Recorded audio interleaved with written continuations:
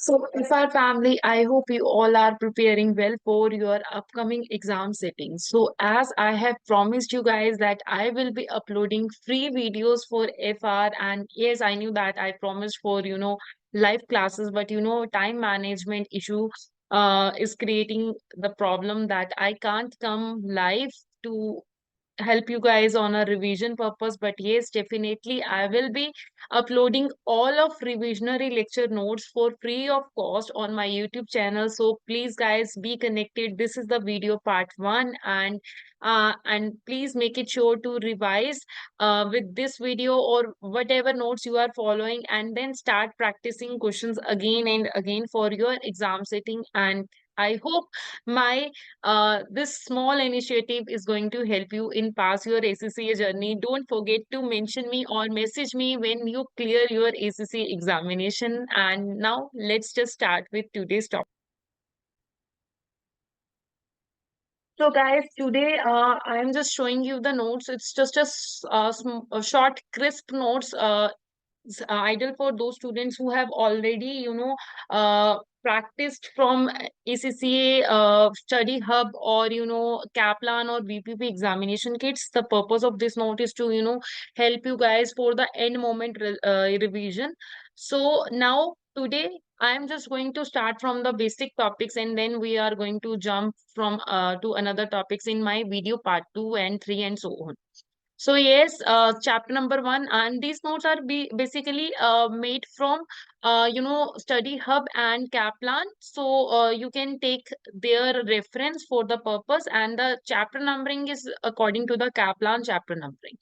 So yes chapter number one introduction to publish accounts. हमें पता है कि यस मेरे आईएएस वन जो होता है प्रेजेंटेशन ऑफ फाइनेंशियल स्टेटमेंट का होता है. एंड यस ये क्या कहता है कि यस मेरी complete set of financial statement जो कि कंपनीज के केस में होती हैं उसमें क्या क्या एलिमेंट्स होते हैं. सबसे पहले स्टेटमेंट ऑफ फाइनेंशियल पोजीशन, जिसको हम बैलेंस शीट के नेम से भी जानते हैं, ये स्टेटमेंट फॉर्म में होती है. दैट मीन्स मेरे पास ऊपर जो होती है लाइबिलिटी साइड होती है, एसेट साइड होती है, एंड देन एसेट साइड में मेरे पास non current asset, then current asset, then I have equity and liability side जिसमें इक्विटी एंड रिजर्व्स होते हैं, then non current liabilities, then current liabilities.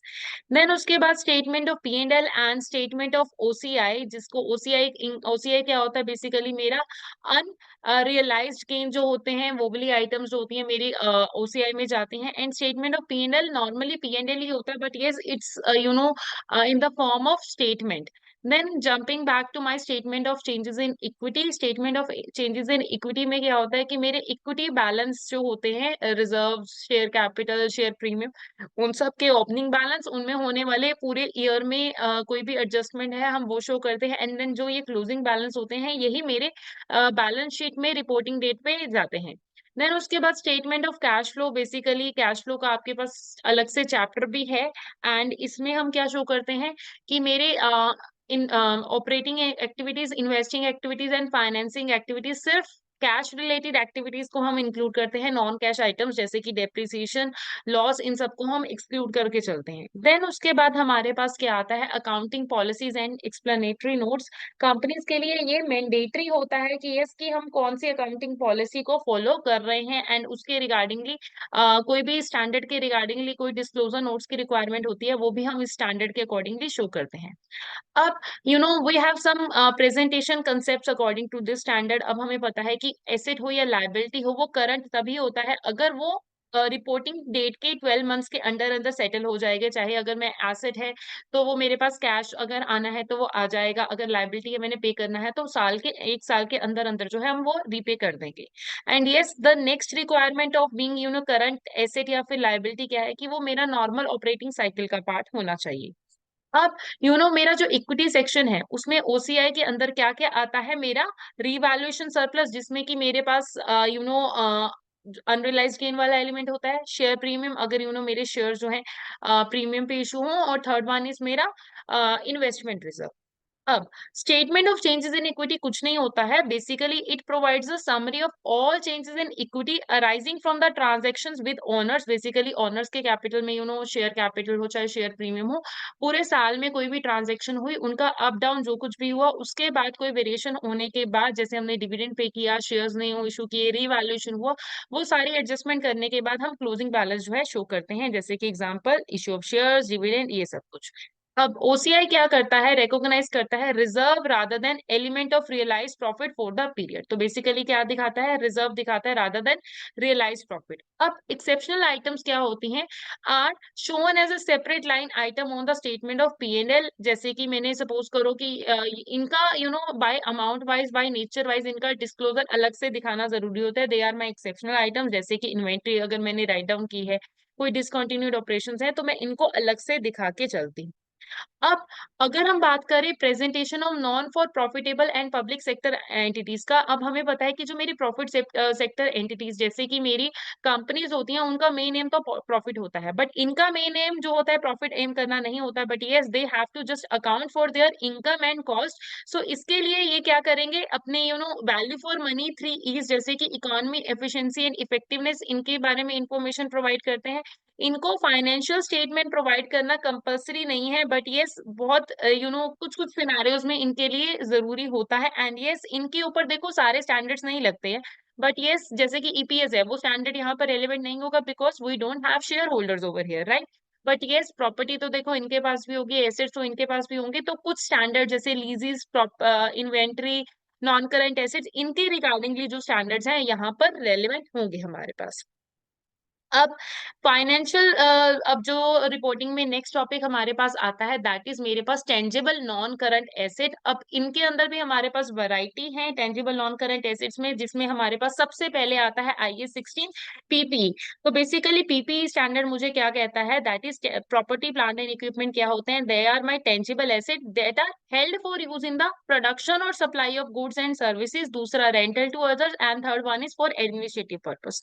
So they are expected to be use for more than one accounting period, मतलब कि मैंने इनको at least minimum 1 साल जो है अपने पास रखना ही रखना है। अब इनको अगर मुझे रिकॉग्नाइज करना है अपने as an asset property plant and equipment को, तो वो क्या कंडीशंस है उसके रिगार्डिंगली कि यस आई न्यू दैट कि उससे मुझे इकोनॉमिक बेनिफिट आने वाले हैं, और उसके कॉस्ट को जो है मैं मेजर कर सकती हूँ। ऑब्वियसली अगर मुझे रिकॉग्नाइज करना है फाइनेंशियल स्टेटमेंट में, तो मुझे पता होना चाहिए कि यस मैं कितनी अमाउंट पे उसको रिकॉग्नाइज करूंगी। अब जितने भी कॉस्ट उस एसेट को उस प्रेजेंट लोकेशन में उस कंडीशन में लेके आने के लिए चाहिए होते हैं, दे आर कैपिटलाइज। जैसे सपोज करो कि मुझे कैरेज का खर्चा हुआ, फ्रेट का खर्चा हुआ, एंड उसको असेंबलिंग का खर्चा हुआ in the first go, right, तो वो सारे खर्चे जो होंगे मैं कैपिटलाइज करूंगी। अब अगर रेवेन्यू रिलेटेड एक्सपेंडिचर होते हैं जो कि मुझे लग रहा है रूटीन रेकरिंग नेचर के हैं, I will write off in my P and L as जैसे ही वो अकर होंगे। अब नेक्स्ट आता है हमारे पास इसी में ही dismantling cost. So basically dismantling cost में हम क्या करते हैं, present value of these cost should be capitalised with an equivalent liability set up. The liability increase by the interest rate each year with the increase taken to P and L as a finance cost. And अब ये देखो dismantling cost क्या होता है, basically देखो मुझे पता है कि आज से 4 साल बाद 5 साल बाद मुझे यहाँ पर मैंने सपोज करो इस लैंड पे कोई बिल्डिंग बनाई या कुछ प्रोजेक्ट किया, और मुझे कल को जब भी ये वेकेंट करना है, ये प्रोजेक्ट फिनिश होगा वट एवर द सिनेरियो में भी, उस लैंड को उस पर्टिकुलर कंडीशन में ही रखना पड़ेगा जैसी कंडीशन में वो प्रोजेक्ट के या उस प्लान के लगने से पहले थी, राइट। तो ऐसे कई बार कंडीशंस होती हैं। सो अब देखो मुझे पता है कि आज से 10 साल बाद मेरा 5 लाख का 10 लाख का what ever the amount is की उतने का खर्चा होने वाला है। तो उसकी आज की डेट की वैल्यू जिसको हम क्या बोलते हैं, प्रेजेंट वैल्यू, इसका फॉर्मूला क्या होता है, 1/1 + r⁻n। ये फॉर्मूला आपको गाइस फॉर्मूला शीट में अवेलेबल होगा, आपकी किट्स में भी अवेलेबल है। R is the rate of interest, N is the number of years. तो यहाँ पे मैं इसको क्या करूंगी, कैपिटलाइज करूंगी आज की डेट की प्रेजेंट वैल्यू के ऊपर। और साथ ही साथ मुझे क्या करनी है, इसकी लाइबिलिटी सेटअप कर देनी है। अब जो लाइबिलिटी है, देखो 1 साल अगर सपोज करो ये 3 इयर्स के लिए है, तो 3 सालों में ये in time period pass on होगा, तो हर साल मेरी लाइबिलिटी भी जो है बढ़ती रहेगी, क्योंकि उसके ऊपर क्या लगेगा, इंटरेस्ट लगेगा। सो वो जो इंटरेस्ट है वो मेरे P&L में एज हर साल as a finance cost expense out होता जाएगा, और दूसरी तरफ देखो मेरी लाइबिलिटी भी उतनी उतनी अमाउंट से बढ़ती रहेगी। तो इसका ड्यूअल इफेक्ट ऐसे चलेगा। अब next is subsequent expenditure. Subsequent expenditure यानी कि बाद में होने वाला खर्चा, वो सिर्फ और सिर्फ तभी कैपिटलाइज होगा अगर उससे मेरे उस प्रॉपर जो पर्टिकुलर एसेट है उससे आने वाले जो बेनिफिट्स हैं वो कल को बढ़ने वाले हैं। जैसे सपोज करो I am talking about the paint of building, तो अगर बिल्डिंग के ऊपर पेंट कराया है बट उससे मेरा कोई इकोनॉमिक बेनिफिट इनहांस नहीं हो रहा, तो that is not going to be capitalise. But yes, अगर मैंने सपोज करो I have a coaching institute and मैं कोचिंग इंस्टीट्यूट और मुझे बहुत अच्छा रिस्पॉन्स मिला और मैंने आई नीड सम स्पेस, तो और मैं उस स्पेस के लिए मैं क्या कर रही हूँ, एक रूम एक्स्ट्रा बना रही हूँ या फिर मैं एक फ्लोर एक्स्ट्रा बना रही हूँ, और मुझसे पता है कि कल को मुझे फ्यूचर में इकोनॉमिक बेनिफिट्स होने वाले हैं, I will get more students and I will get more space, तो उससे क्या होगा, वो खर्चे को मैं कैपिटलाइज करूँ। अब नेक्स्ट देखो, ओवरऑल एक्सपेंडिचर और any required major inspection of the asset, the cost associate with these should be capitalised and depreciated over the time until the next overhaul और सेफ्टी इंस्पेक्शन। अब ये ओवरऑल का खर्चा क्या होता है, बेसिकली ये मेजर हमारे एयरक्राफ्ट इंडस्ट्री में ऐसे होता है कि यस की for the purpose of safety inspection हमें कुछ पर्टिकुलर ईयर्स के बाद ये करना पड़ता है एक्सपेंस आउट। तो अब ये खर्चे को मुझे क्या करना पड़ेगा, हर साल बेसिकली जब तक नेक्स्ट, हर साल इन द सेंस कि एक बार मैंने ओवरऑल के खर्चे को सपोज करो कि मेरा ओवरऑल रिलेटेड 5 लाख का एक्सपेंस आउट हुआ है, तो ये 5 लाख के एक्सपेंस को टिल सपोज करो ये 3 साल के बाद नेक्स्ट आएगा, फिर देन 3 साल के बाद होगा, फिर नेक्स्ट 3 साल के बाद होगा। सो ये 5 का जो एक्सपेंस आउट है, मैं इन 3 सालों के ऊपर जो है इसको अमोर्टाइज करूंगी, एंड डेप्रिसिएशन वर्ड जो भी आपने वर्ड यूज करना है तो वो करूंगी, एंड ये खर्चे को हर साल मैं P&L में जाऊंगी, डालूंगी इक्वल पार्ट्स में, और पहली बार ये क्या होगा, कैपिटलाइज होगा। जब तक मेरा नेक्स्ट ओवरऑल नहीं होता तब तक इसको मैं हर साल P&L में एज अ खर्चा डालूंगी। अब कुछ ऐसे खर्चे हैं जो कि कभी कैपिटलाइज नहीं हो सकते हैं, जैसे कि एडमिनिस्ट्रेटिव जर्नल ओवरहेड कॉस्ट, ये मेरे ऑफिस एडमिनिस्ट्रेटिव जैसे खर्चे। एबनॉर्मल कॉस्ट, ये भी कभी कैपिटलाइज नहीं होता। Cost incurred after the asset is physically ready to use, तो अब जो ये जितने भी खर्चे हैं ना, हमने जो भी ये कैपिटलाइज करने की बात कर रहे हैं, ये कब तक करते हैं, जब तक मेरा asset physically available for use नहीं हो जाता, चाहे हम यूज बाद में भी करें। सो उसके बाद जैसे ही रेडी टू यूज हो जाता है, उसके बाद हम इसको क्या करना शुरू करते हैं, डेप्रिशिएशन करना शुरू करते हैं। अब इनिशियल ऑपरेटिंग कॉस्ट है वो भी मेरा कैपिटलाइज नहीं होता, एंड कोई नया प्रोडक्ट की एडवर्टाइजमेंट प्रमोशन है वो भी हम कैपिटलाइज नहीं करते हैं, एंड रिलोकेशन और रीऑर्गेनाइजेशन जैसे एक्सपेंसेस है ये भी मैं कभी कैपिटलाइज नहीं करती, तो ये खर्चे हमेशा राइट ऑफ ही होते हैं।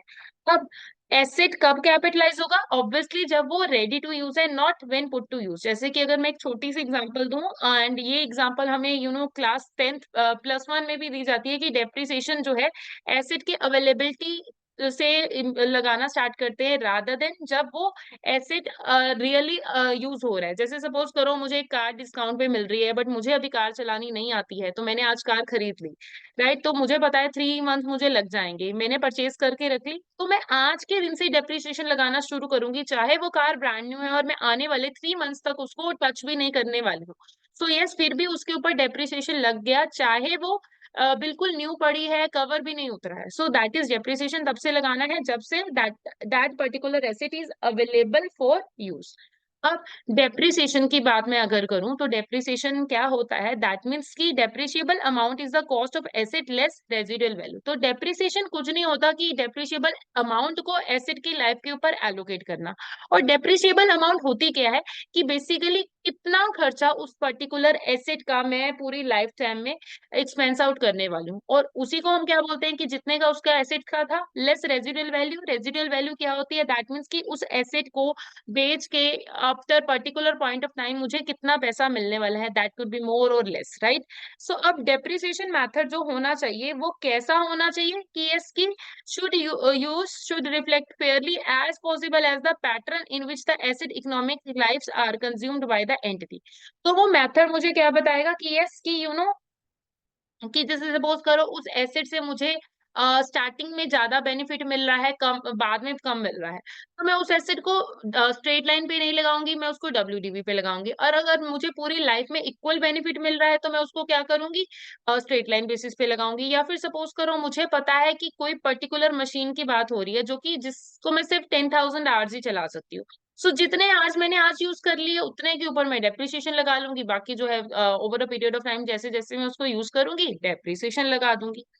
So next is मेरे पास changing from one method of providing depreciation to another is permissible only the ground that the new method will give a fairer presentation of the result of the financial position। अब देखो बहुत बार ना बच्चों को ये confusion होती है कि डेप्रिसिएशन की मेथड का चेंज होना ये पॉलिसी का चेंज है इसलिए अलाउड नहीं है। नो गाइस, डेप्रिसिएशन का मेथड एक मेथड से दूसरा मेथड जब हम चेंज करते हैं दैट इज मेरा एस्टिमेशन का चेंज।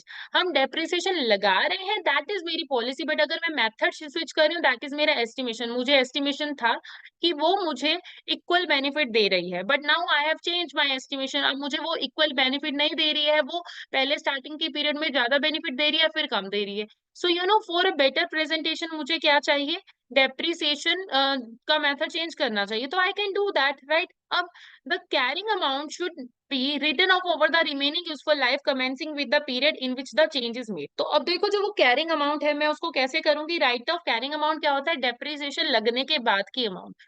तो उसको मैं क्या करूंगी अपने एसेट के ऊपर राइट ऑफ कैसे करूंगी, जैसे सपोज करो कि आज की डेट में मेरे एसेट मेरा ये एसेट मैंने परचेज किया था 10 का, राइट। तो मैंने इसको परचेज किया था 10 का, अब तक इसके ऊपर 2 का डेप्रिसिएशन लग चुका है, 8 इज मेरा कैरिंग अमाउंट। अब मेरे पास एसेट की लाइफ कितनी बची है, 4 साल बची है, तो मैं इसको हर हर साल 2 का डेप्रिसिएशन लगाऊंगी, मतलब कि उसकी लाइफ के ऊपर हर साल जो डेप्रिसिएशन जो है चार्ज होगा उसकी कैरिंग अमाउंट के बेस पे। अब अगर मेरा एसेट जो है कोई कॉम्प्लेक्स एसेट है दैट मीन्स कि यू नो उस एसेट के अंदर डिफरेंट डिफरेंट पार्ट्स हैं, जैसे कि एयरक्राफ्ट में होता है, ट्रेन के इंजन में होता है, और हर एक पार्ट की यू नो लाइफ डिफरेंट है, जैसे कि ट्रेन का इंजन जल्दी खराब होगा और ट्रेन के जो पीछे वाले काउच है वो लेट खराब होंगे, राइट। सो उस वाले सिनेरियो में मेरे को अगर एक पार्ट को पहले रिप्लेस करना पड़ रहा है तो यस हर एक पार्ट की लाइफ के बेस पे ही मैं उसको डेप्रिसिएशन करूंगी, ये नहीं कि पूरी ट्रेन को एक ही टाइम पीरियड पे करना है, नो। सो उसके पार्ट्स के लाइफ के बेस पे हम उसको अलग अलग डेप्रिशिएट कर सकते हैं if we can separate them. अब नेक्स्ट इज जो ये मेरा प्रॉपर्टी प्लांट एंड इक्विपमेंट है इसकी मुझे मेजरमेंट कैसे करनी है। सो देखो इसके लिए मेरे पास क्या होता है, दो मॉडल्स होते हैं, एक मॉडल मेरा होता है कॉस्ट मॉडल, दूसरा मॉडल मेरा क्या होता है, revaluation model. So cost model में क्या होता है मेरा हिस्टोरिकल कॉस्ट, मतलब कि जितने के एसेट मैंने खरीदा था, right, less accumulated depreciation. Accumulated depreciation का मतलब क्या होता है, अब तक का लगा हुआ सारा डेप्रिसिएशन, उसके बेस पे मैं उसको राइट ऑफ करती हूँ। एंड रीवैल्यूएशन मॉडल दूसरा होता है हमारे पास, जिसको हम क्या करते हैं, मार्केट वैल्यू आज की डेट के पॉइंट ऑफ व्यू, इसके लिए रिवैल्यूएशन के टर्म्स के लिए हमारे पास आगे स्टैंडर्ड आएगा IFRS 13, right. So basically fair value के बेस पे मैं करती हूँ, मतलब कि आज की डेट में उस एसेट की पर्टिकुलरली मार्केट में क्या वैल्यू चल रही है, मैं उस वैल्यू के ऊपर अपने एसेट को जो है शो कर दूंगी। देखो ये जो रिवैल्यूएशन है ना, इस रिवैल्यूएशन के ऊपर ना काफी सारी कंडीशन अटैच है। अब वो कंडीशन क्या है, revaluation must subsequently be made with sufficient regularity to ensure that the carrying amount does not differ materially from the fair value at each reporting date। तो अब देखो मेरे को रिवैल्यूएशन कैसे करनी है, ऐसे कि इसकी ये जो एसेट की कैरिंग अमाउंट है मैंने आज कर दिया, आज से 10 साल बात करूं, ऐसा नहीं हो सकता कि यस मेरी कैरिंग अमाउंट बहुत ज्यादा चेंज हो गई और यू नो मेरी बुक्स में रीवैल्यूड अमाउंट कुछ और आ रही है। सो मुझे इसको रेगुलरिटी में करते रहना चाहिए, एक बार कर रही हूँ तो बार बार करती रहूं, राइट। सो अगर एक आइटम जो है रिवैल्यूड हो रही है तो वो उस एसेट के जितने भी class of asset, same class of asset होते हैं, उन सबको रिवैल्यूड करना है। मैं ऐसे नहीं कर सकती एक मशीनरी को कर रही हूँ दूसरे को नहीं कर रही, बिकॉज मुझे एक में बेनिफिट लग रहा है दूसरे में नहीं लग रहा। एंड यस अगर रिवैल्यूएशन होने से एसेट की वैल्यू इंक्रीज हो रही है तो ये क्या है, मेरा एस्टिमेशन था, राइट, आज की डेट में सपोज करो मैंने प्रॉपर्टी खरीदी थी 10 लाख की, राइट, अब वो प्रॉपर्टी जो होगी है 12 लाख की हो गई है। सो अब मैं आज इस 2 लाख की पार्टी करूं, no I can do that कि यस कि मेरे को देखो 2 लाख का प्रॉफिट हो गया और मैं इसकी आज जाके पार्टी करती हूँ, I can you know enjoy that. ये 2 लाख का गेन हुआ, इसको मुझे मेरी फाइनेंशियल स्टेटमेंट में दिखाना जरूरी है for their better presentation, but I can say that कि मेरे को ये इनकम हाथ में आज हो गई और इस पार्टी को मैं सेलिब्रेट कर लूं, right, I can do that. So ये जो 2 लाख होगा इसको मैं कहाँ पर डालूंगी, मेरा एज अ गेन कहाँ पर? ओसीआई में, अदर कॉम्प्रिहेंसिव इनकम, जो कि पी&एल के नीचे, ठीक बिल्कुल नीचे बनती है। दैट इज, इसमें मेरे अनरियलाइज्ड गेन होते हैं। ये जो 2 लाख था, दैट इज मेरा अनरियलाइज्ड गेन था। क्यों? क्योंकि ये गेन जो है मेरी पॉकेट में आज की डेट में आया ही नहीं है। सो यस, अब दूसरा सिनेरियो क्या है कि अगर रीवैल्यूएशन होने से मेरे एसेट की वैल्यू जो है कम हो गई है, तो अगर बाय चांस इसी सेम एसेट के अगेंस्ट कोई पुराना रीवैल्यूएशन सरप्लस पड़ा था, लाइक पिछले साल मुझे 2 लाख का गेन हुआ था, इस साल मुझे 1 लाख का लॉस हो गया, तो मुझे क्या करना पड़ेगा? इस साल के 1 लाख के लॉस को पिछले साल के 2 लाख के गेन के साथ एडजस्ट करना पड़ेगा, और अब मेरा रीवैल्यूएशन गेन कितना शो कर रहा होगा? 1 लाख। बट अगर सपोज करो ये लॉस मेरा 3 लाख का हुआ है, तो पिछले साल के मतलब प्रीवियस ईयर के ये जो गेन है उसमें से ये मेरा करंट ईयर का लॉस है, राइट? सो अब पिछले साल के गेन के साथ इस साल का जो लॉस है एडजस्ट करेंगे, एंड अब ये जो 1 लाख का लॉस है ये मेरा कहाँ पर जाएगा? पी&एल में जाएगा। सो बेसिकली मतलब मुझे पुराना बैलेंस को पहले एडजस्ट करके जाना है, अगर कोई पुराना बैलेंस पड़ा है। अब मेरे पास एक प्रॉपर्टी में गेन हुआ, दूसरी प्रॉपर्टी में लॉस हुआ। सो आई कांट डू दैट कि एक प्रॉपर्टी का लॉस दूसरे प्रॉपर्टी के गेन के साथ एडजस्ट। अब जो ये मेरा IAS 16 है ना, इसमें एक ट्रीटमेंट हमारे पास ये भी है, क्योंकि ये मेरा प्रॉपर्टी प्लान एंड इक्विपमेंट है। सो अब देखो, ये एसेट आज की डेट में रीवैल्यू हो गया, पहले 10 का था, आज की डेट में 12 हो गया। बट यस, इस एसेट की लाइफ कितनी है? सपोज करो 3 साल रहती है। सो अब 12 लाख को मैं आगे 3 साल के बेस पे डेप्रिशिएट करूंगी, और ऑब्वियसली हर साल मैं इसका रिवैल्यूएशन करती रहूंगी, चेक करती रहूंगी कि कहीं अब वैल्यू कम तो नहीं होगी। अब annual reserve transfer may be made from revaluation surplus to retained earning for additional depreciation charge on the revalued amount compared to the cost. This is permitted treatment under IAS 16 to address the imbalance between the non-distributable gains held in the revaluation surplus and the reduction in retained earning due to the increased depreciation charge. अब ये मुझे क्या कह रहे हैं? देखो, जब कभी भी रिवैल्यूएशन होता है, मेरी प्रॉपर्टी पहले सपोज करो 5 लाख की थी, अब इस साल मेरी ये प्रॉपर्टी 5 लाख वाली प्रॉपर्टी जो है 10 लाख की हो गई, राइट? या 12 लाख की हो गई। सो अब ये प्रॉपर्टी के बढ़ने से मेरा जो है 7 लाख का गेन हो गया। अब ये जो 7 लाख का गेन हुआ, तो ठीक है, गेन तो मैंने डाल दिया ओसीआई में, राइट? ओसीआई में गेन डाल दिया। बट अब ये गेन होने के कारण ये प्रॉपर्टी की वैल्यू कितनी हो गई है? 12 लाख। तो कहाँ उस प्रॉपर्टी के ऊपर 5 लाख के ऊपर डेप्रिसिएशन लगता, अब इसी प्रॉपर्टी के ऊपर कहाँ लग रहा है? 12 लाख के ऊपर डेप्रिसिएशन लग रहा है। तो ये जो 12 लाख का डेप्रिसिएशन है, मैं क्या करूंगी? हर साल पी&एल में डालूंगी। But there is another option हमारे पास कि अब जब ये 12 लाख के ऊपर प्रॉफिट लगेगा, डेप्रिसिएशन लगेगा, तो ये डेप्रिसिएशन भी ज्यादा होगा। 5 लाख के ऊपर डेप्रिसिएशन लगता तो डेप्रिसिएशन की अमाउंट भी कम होती, तो खर्चा कम होता, तो प्रॉफिट भी ज्यादा होता। बट यहाँ पर अब डेप्रिसिएशन ज्यादा लगेगा 12 लाख का होने के बाद, तो मेरा एक्सपेंस भी इंक्रीज होगा, और उससे क्या होगा? मेरा प्रॉफिट जो है कम होगा। सो अब शेयर होल्डर विल से कि ओके, हमारा प्रॉफिट कम हो गया इस साल में, बट वो असल में प्रॉफिट नहीं हुआ है कम। So we have the option कि यस, जितना एक ये डेप्रिसिएशन इंक्रीज हुआ है जस्ट बिकॉज ऑफ डेप्रिसिएशन, उतने अमाउंट का जो मेरा डेप्रिसिएशन है उसके लिए मैं एंट्री पास ऑन कर सकती हूँ, revaluation surplus to retained earning. That means जितना एक मेरा डेप्रिसिएशन एक्स्ट्रा लग रहा है और उस एक्स्ट्रा डेप्रिसिएशन के कारण मेरा प्रॉफिट कम हो रहा है, वही मैं एंट्री पास ऑन कर दूं। रिटेन्ड अर्निंग क्रेडिट होगा तो ऑब्वियसली मेरी प्रॉफिट में ऐड होगा, रिवैल्यूएशन सरप्लस में बैलेंस डल चुका था वो, तो हर साल मैं ये कर सकती हूँ कि यस, वो रिवैल्यूएशन सरप्लस वाला बैलेंस मैं रिटेन्ड अर्निंग के साथ एडजस्ट कर दूं। अब इसको आप एग्जांपल से समझिए, that carrying amount of PPE is 80,000 and fair value is 1 lakh with a 4 year of remaining useful life. तो मेरी प्रॉपर्टी की जो है कैरिंग अमाउंट थी 80,000, आज की डेट में फेयर वैल्यू कितनी होगी? 1 लाख। लाइफ कितनी रहेगी? 4 साल। तो अब देखो, 80,000 जब थी, तो मैं उसके ऊपर डेप्रिसिएशन कितना लगाती? 20,000 हर साल लगाती, राइट? 80,000 डिवाइडेड बाय 4, तो हर साल मैं 20,000 डेप्रिसिएशन लगाती। बट अब जब 1 लाख हो गई है प्रॉपर्टी, उसको अगर मैं 4 साल पे डिवाइड करूंगी तो हर साल 25,000 का डेप्रिसिएशन लगेगा। सो अब यानी कि मैं एक्स्ट्रा डेप्रिसिएशन कितना लगा रही हूँ? 20,000 का। तो यस, मैं क्या, अब देखो इससे क्या होगा? रिवैल्यूएशन की क्या एंट्री हुई? पहली एंट्री तो क्या हुई कि मेरी प्रॉपर्टी बढ़ी 20,000 से टू रिवैल्यूएशन सरप्लस। दूसरा, मेरा तो जो मेरा रिवाइज पीपी की वैल्यू जो हुई है, तो 25,000 का डेप्रिसिएशन लगेगा अगले लाइफ पीरियड में। सो ये इफेक्ट हुआ है। अब मैं इसके लिए एंट्री क्या पास ऑन कर सकती हूँ, revaluation surplus to retained earning करके एंट्री पास कर सकती हूँ। हर साल 5,000 की ये एंट्री मैं पास कर सकती हूँ, राइट। अब नेक्स्ट आता है हमारे पास, do recognise when asset is dispose off. अब देखो, अगर यही वाला एसेट कल को अगर डिस्पोज ऑफ हो रहा है, सो यस ऑब्वियसली मेरे को इस एसेट से फ्यूचर में इकोनॉमिक बेनिफिट नहीं मिल रहे हैं, राइट। सो डिस्पोज ऑफ हो गया तो एसेट ही गया। अगर गेन या फिर कोई लॉस ऑन डिस्पोजल होता है, तो मैं उसको कैसे कैलकुलेट करूंगी भी, जितने का बिका लेस जितने की अमाउंट मेरी फाइनेंशियल स्टेटमेंट में शो कर रहा था। So that means net sale proceed less carrying amount. अब गेन और loss on disposal to be transfer to the statement of P N L. अब क्यों ये पीएनएल में गया, क्योंकि अब ये रियलाइज्ड गेन है, इसलिए ये मेरा पीएनएल में जाएगा। और अगर इसी एसेट के अगेंस्ट कोई रीवैल्यूएशन सरप्लस पड़ा था, तो वो भी मैं रिटेन अर्निंग में ट्रांसफर कर सकती हूँ। क्यों, क्योंकि अब जब एसेट ही नहीं रहा, तो उसका मुझे रिटेन अर्निंग बैलेंस रखने की कोई रिक्वायरमेंट नहीं है। Next standard IAS 20 government grant. So guys I hope you know मैं थोड़ा फास्ट इसलिए चल रही हूँ, because we have to finish this revision by maximum 10 to 12 hours के सेशन में।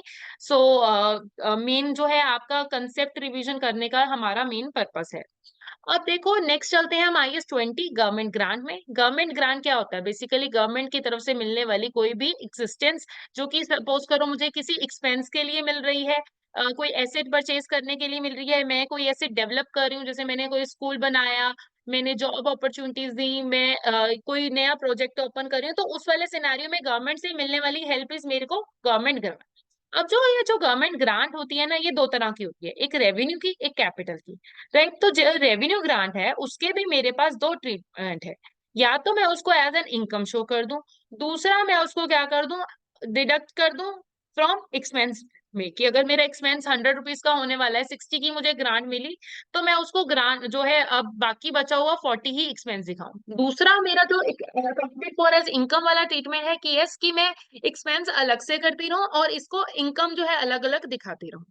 एंड नेक्स्ट इज मेरे पास कैपिटल ग्रांट है, उनका भी ऐसा ही ट्रीटमेंट होता है, बस कैपिटल ग्रांट के केस में हमें ये भी देखना है कि वो कैपिटल एसेट के अगेंस्ट है, तो दैट मीन्स कैपिटल एसेट है, तो कैपिटल एसेट के ऊपर मुझे क्या होगा, डेप्रिसिएशन भी लगेगा।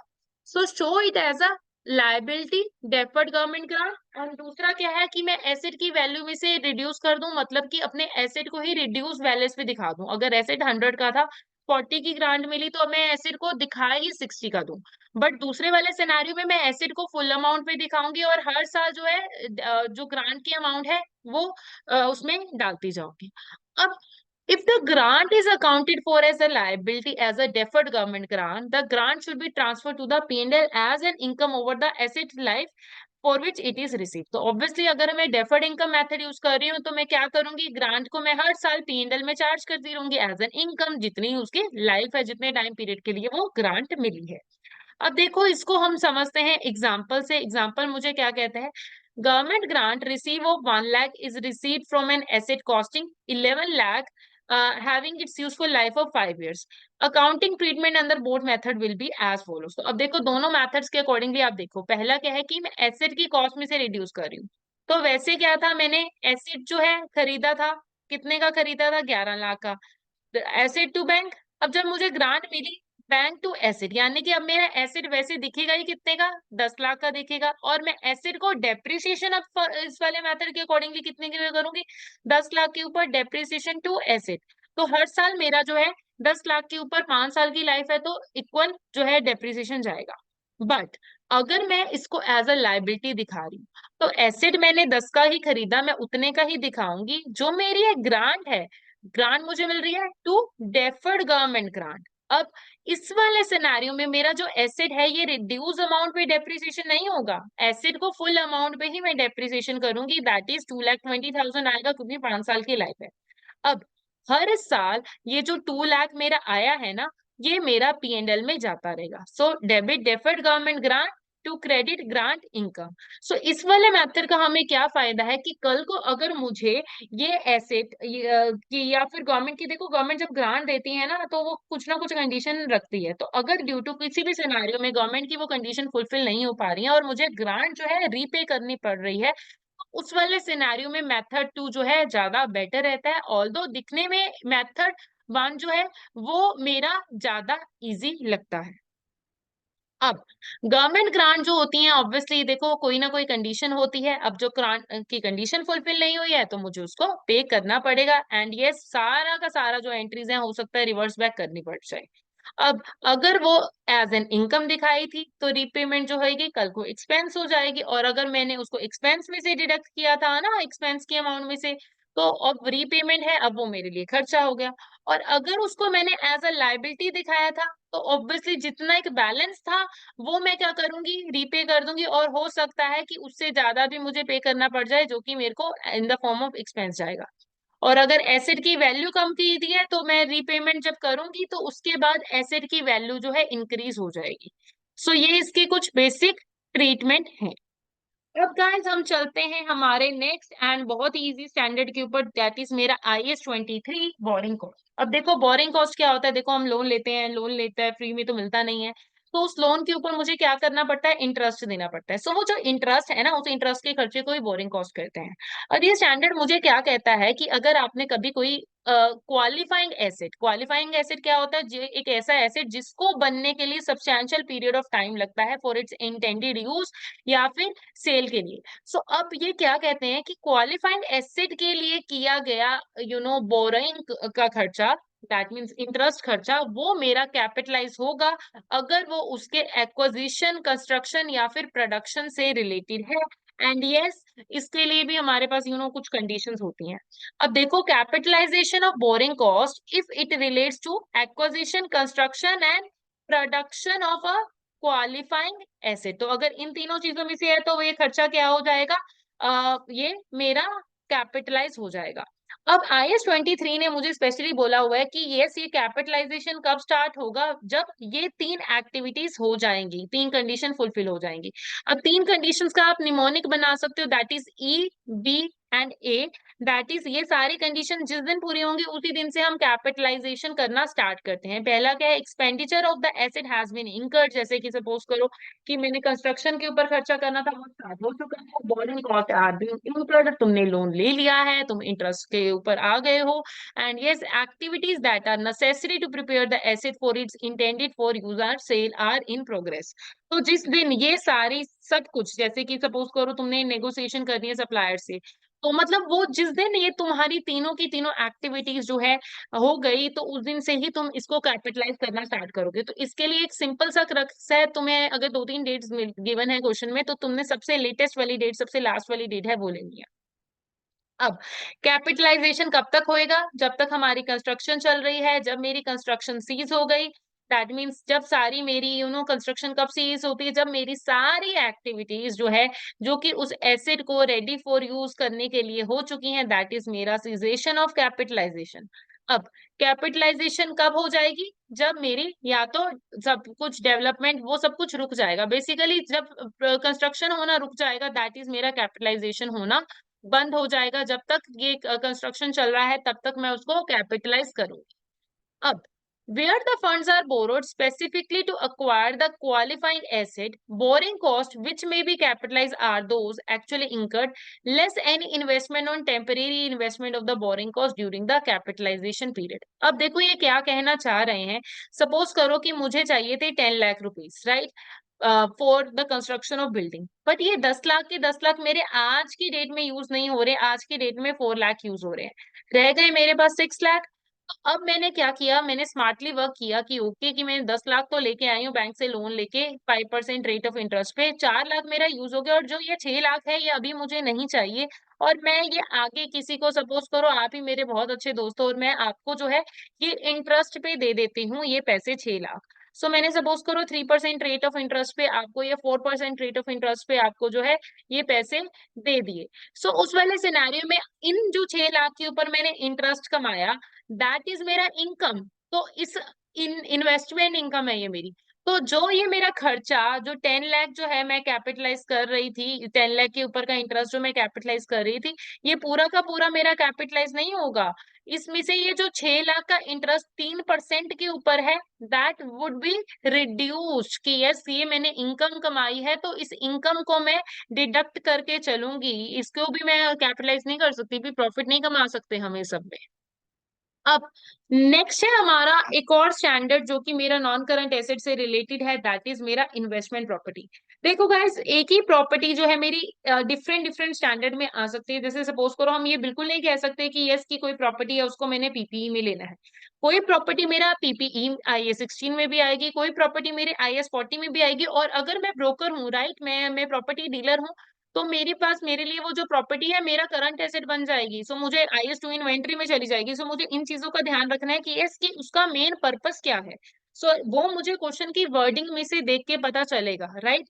अब इन्वेस्टमेंट प्रॉपर्टी के ऊपर मेरा स्टैंडर्ड लगता है IS 40। इन्वेस्टमेंट प्रॉपर्टी क्या कहता है? एक ऐसी प्रॉपर्टी जो कि चाहे लैंड हो या बिल्डिंग हो, that is held for sale or capital appreciation or both rather than use for the by the entity or for sale in the ordinary course of business. अब इन्होंने साफ बोला है rather than for use by the entity, वहां पर क्या था? For use in the business. तो ये क्या है कि हम मैंने अपने बिजनेस में यूज नहीं करना, या तो मैं इसको रीसेल पर्पस के लिए कर रही हूँ या फिर मैंने वो प्रॉपर्टी खरीद के रखी है कि इसकी इसकी वैल्यू कल को बढ़ेगी और मैं प्रॉफिट कमाऊंगी। या फिर सपोज करो कि मैंने रेंटल वगैरह के लिए रखा हुआ है, राइट, तो वो क्या होगी? मेरी इन्वेस्टमेंट प्रॉपर्टी होगी। If an entity occupies a premise but rent out certain floor to other companies, the part of occupied will be classified as PPE, with the floor rented out as classified as investment property. So basically क्या है? Suppose करो कि मेरे पास एक building है and I am living in a metro city, and we knew that in metro city there is a trend of renting out, let it out the properties. So मैंने एक floor जो है खुद सेल्फ ऑक्यूपाइड कर लिया, and बाकी के जो 2-3 फ्लोर्स है I have rent it out for PG purpose. So वो जो मेरा सेल्फ ऑक्यूपाइड पोर्शन है उसको मैं IS 16 में ले लूंगी, और जो रेंटल पर्पस के लिए जो है वो फ्लोर जो है उसको मैं क्या कर दूंगी? मेरा इन्वेस्टमेंट प्रॉपर्टी में अकाउंट फॉर करूंगी, राइट। सो वो हम एक ही प्रॉपर्टी को अलग अलग वो उसमें अकाउंट फॉर कर सकते हैं। अब इसके लिए भी रिकॉग्नाइजेशन क्राइटेरिया क्या है? वहां पर कॉस्ट और मेरा रिवैल्यूएशन था, यहाँ पर कॉस्ट और फेयर वैल्यू मॉडल है, राइट। अब कॉस्ट में क्या करूंगी? कॉस्ट वहां पर कॉस्ट जो है और यहाँ पर कॉस्ट मॉडल है, दोनों का कॉस्ट मॉडल हमारा एग्जैक्टली सेम है, कॉस्ट लेस एक्यूमुलेटेड डेप्रिसिएशन। अब जो फेयर वैल्यू मॉडल है, ये दोनों का फेयर वैल्यू मॉडल जो है ये डिफरेंट है। इसमें क्या होता है? फेयर वैल्यू को मैं देखो हर साल इसको भी रीमयर करूंगी, बट यस यहाँ पर मैं फेयर वैल्यूएशन वाले मॉडल में डेप्रिसिएशन चार्ज नहीं करती हूँ। अगर मेरा कोई भी एसेट की वैल्यू बढ़ती है, उसका गेन या लॉस जो होता है वो यहाँ पर मैं कहाँ पर चार्ज करती हूँ? P&L में चार्ज करती हूँ। IS 16 में कहाँ पर जाता था हमारा? OCI में। सो ये हमारा मेजर डिफरेंस है दोनों स्टैंडर्ड्स में। बाकी तो कॉस्ट मॉडल गाइस दोनों के ही सेम है। अब इनके दोबारा से ट्रीटमेंट की तरफ जाते हैं। So accounting treatment in case of transfer. So PPE से इन्वेस्टमेंट प्रॉपर्टी, देखो ऐसा हमारा हो सकता है कि आज मेरा मूड चेंज हो गया, मैंने इसको IS 16 में अकाउंट फॉर किया हुआ था और इसी प्रॉपर्टी को मैंने जो है IS 40 में इन्वेस्टमेंट प्रॉपर्टी में कर दिया। मैंने एक फ्लोर भी ऑक्यूपाई किया हुआ था, अब मैंने वो फ्लोर भी छोड़ दिया और मैंने पूरी की पूरी बिल्डिंग ही रेंटल पर्पस के लिए दे दी। सो अगर कॉस्ट मॉडल जब फॉलो हो रहा होता है उसमें, तो देखो दोनों का कॉस्ट मॉडल ही सेम है तो उसमें कोई इफेक्ट नहीं पड़ता। सो उस वाले सिनेरियो में the asset is transfer into investment property at the current carrying amount and continue to be depreciated. तो ऑब्वियसली चाहे मैं इन्वेस्टमेंट प्रॉपर्टी से PPE या फिर PPE से इन्वेस्टमेंट प्रॉपर्टी जा रही हूँ, और I am following the cost model, right, cost model मैं फॉलो कर रही हूँ, तो क्या होगा? PPE में चला जाएगा ये देखो, and continue to be depreciated. तो ये वाले सिनेरियो में तो क्या होगा? No effect, no effect.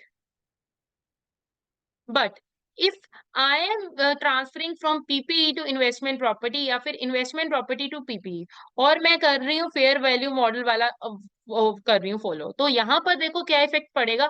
मेरा IS 16 में जो है हमारे पास क्या लगता था? डेप्रिसिएशन लगता था। बट 40 में क्या होता है? No depreciation. 16 में क्या होता है? जो गेन और लॉस होता है मेरा कहाँ पर जाता है? रिवैल्यूएशन सरप्लस में, यानी कि OCI में जाता है। 40 में क्या होता है हमारे पास? ये मेरा P&L में जाता है। तो ये ट्रीटमेंट का डिफरेंसेस है इनके, राइट। सो अब देखो, अगर मैं पीपीई से इन्वेस्टमेंट प्रॉपर्टी में जा रही हूँ, दैट मीन 60 से मैं 40 में जा रही हूँ और फेयर वैल्यू मॉडल यूज हो रहा है, then revalue the asset as per IAS 16। तो अगर मैं एक मॉडल से दूसरे मॉडल में जंप कर रही हूँ, तो इस दिन जंप कर रही हूँ, दैट मीन्स इस दिन मैं क्या करूंगी, इसको रीवैल्यू करूंगी, मैं इसकी वैल्यू देखूंगी आज की डेट पे कितनी वैल्यू है, इसी वैल्यू पे शो करूंगी। और जो मेरा ये पिछले वाले का जो मेरा ट्रीटमेंट होता था लास्ट डेट पे, यानी कि 16 से उसमें जा रही हूँ, तो 16 के ये लास्ट डेट पे जो ये गेन और लॉस जो कुछ भी हुआ होगा, वो 16 की ट्रीटमेंट के अकॉर्डिंगली ओसीआई में चला जाएगा। एंड अब से 40 में ना ही डेप्रिसिएशन लगेगा, ना ही वो ओसीआई में जाएगा। अब नेक्स्ट क्या है मेरे पास, if I am you know if I am transferring from fair value model for the investment properties use, तो अगर मैं फेयर वैल्यू मॉडल में जा रही हूँ, तो मैं क्या करूंगी, रीवैल्यू करूंगी इसको फर्स्ट IAS 40 के अकॉर्डिंगली और पीपी में भेज दूंगी फेयर वैल्यू पे, और पीपी में आने के बाद इसके बाद से यहाँ पर ओसीआई में जाना शुरू होएगा। और इस दिन पे मैं रीवैल्यू कर रही हूँ दिस डे, तो इस दिन की वैल्यू पे मैं इसको शो करूंगी राइट एज मेरा इन्वेस्टमेंट प्रॉपर्टी पे था, तो मैं पीपीई में जा रही हूँ तो इसको पीपीई पे इस दिन पे दिखा दूंगी। एंड जो इसका गेन और लॉस होगा, पहले इन्वेस्टमेंट प्रॉपर्टी में थे तो इन्वेस्टमेंट प्रॉपर्टी का गेन और लॉस कहाँ पे जाता है, पीएनएल में जाता है। सो क्रक्स क्या है कि अगर मैं एक मॉडल से दूसरे मॉडल में जंप कर रही हूँ, तो in the last day of पुराने वाला मॉडल, प्रीवियस मॉडल, जो अब तक के ट्रीटमेंट हम कर रहे थे, चाहे इन्वेस्टमेंट प्रॉपर्टी के चाहे पीपीई के, वो ट्रीटमेंट करने के बाद नेक्स्ट स्टैंडर्ड में जंप करो। So it is the major crux.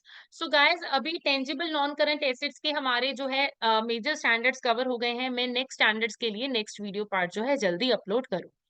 Thank you guys, and I hope you guys will understand this and stay connected.